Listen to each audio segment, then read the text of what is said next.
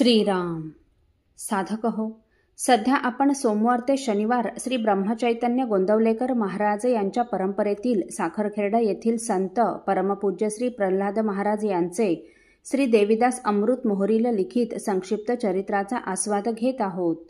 तसेच रविवारी श्री महाराजांच्या काही भक्तांचे अनुभव ऐकणार आहोत. जालन्याचा राम जन्मोत्सव करून व रामरायाला बरोबर घेऊन श्री महाराज साखरखेर्ड्यास परत आले.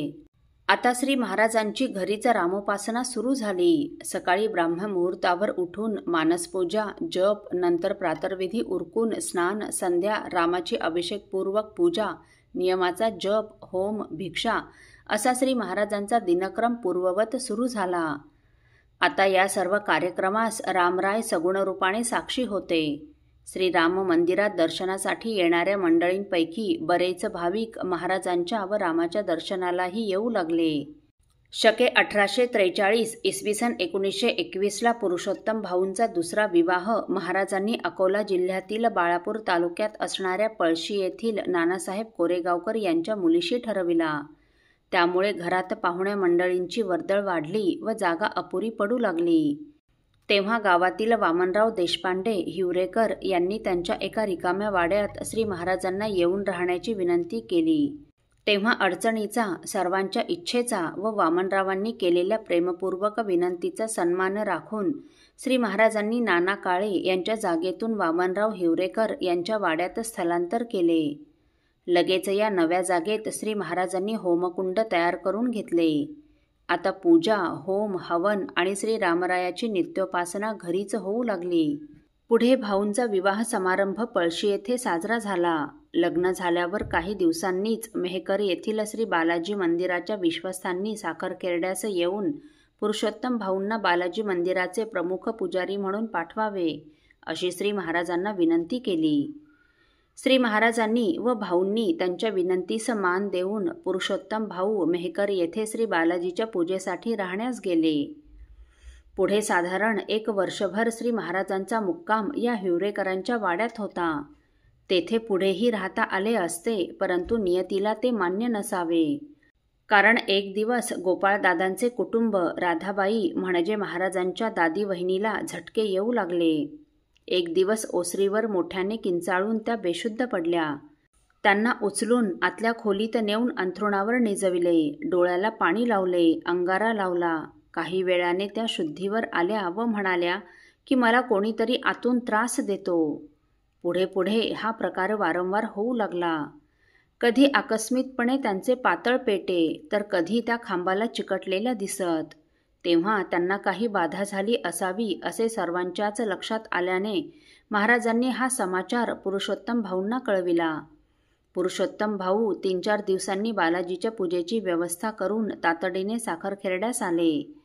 भाऊंनी दादी वहिनींची तब्येत पाहून व श्री महाराजांना भेटून त्यांच्याशी या विषयावर चर्चा केली व त्यासाठी अण्णामाईंना सोबत घेऊन हनुमत कवचाचे पाठ करण्याचे ठरविले. दुसऱ्या दिवशी अण्णाची माई व पुरुषोत्तम भाऊंनी दादी वहिनींना पाटावर बसवून हनुमत कवचाचे पाठ सुरू केले. 2-3 आवर्तने होतात न होतात तोच दादी वहिनींच्या शरीरात प्रविष्ट झालेले ते पिशाच्च मांडी घालून व या दोघांकडे हातवारे करून म्हणू लागले, या हनुमत कवचातील हुम टुम ढुम फट फटने माझे काहीही होणार नाही, हे मी पण म्हणू लागतो. नंतर आपल्या महाराजांकडे बोट दाखवून म्हणाले, मला या बुवाच्या अंगावरून येणाऱ्या वाऱ्याचे चटके बसतात, तेव्हा तुम्ही हे घर सोडून निघून जा, हे घर माझं आहे.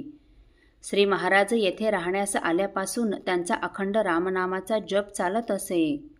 त्या राममंत्राचा पिशाच्चाला त्रास होत असावा तेव्हा महाराजांनी पुरुषोत्तम भाऊंना थोडे बाजूला नेले व म्हणाले, आपण येथे कुणाचं घर घेण्यासाठी आलो का?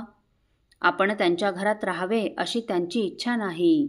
एखाद्याच्या इच्छेविरुद्ध त्याच्या घरात राहणे योग्य नाही. तेव्हा आपण अन्यत्र घर पाहणेच योग्य होईल, म्हणजे हे ज्याचे त्यास राहील. महाराज हे घर सोडून दुसरीकडे राहण्यास जाणार हे कळल्याबरोबर गोविंद नरसिंग देशपांडे श्री महाराजांना भेटले व आपण आमच्या वाड्यात येऊन राहावे अशी विनंती त्यांनी श्री महाराजांना केली.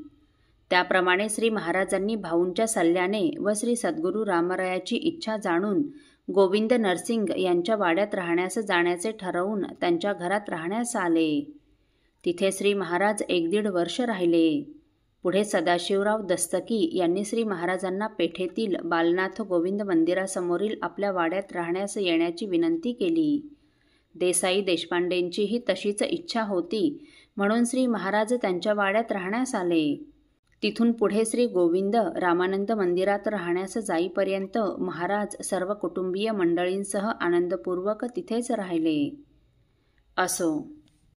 साधक हो, परमपूज्य प्रल्हाद महाराज हे एका लग्नासाठी गावी गेले असताना परतीच्या प्रवासामध्ये त्यांची सामानाची पेटी हरवली. त्या पेटीमध्ये परमपूज्य श्री रामानंद महाराजांनी दिलेले श्री राम पंचायतन होते. हे ऐकल्यानंतर परमपूज्य प्रल्हाद महाराजांची झालेली अवस्था आपण पुढील भागात ऐकणार आहोत. श्रीराम समर्थ. आपल्यातील कोणा श्रींच्या भक्तांना श्रींचे काही अनुभव आले असतील तर कृपया आपण मला ते 9422843253 अथवा सुनील दादांच्या 9892608401 या व्हॉट्सअप नंबरवर कळवावेत अशी नम्र विनंती. श्रीराम समर्थ.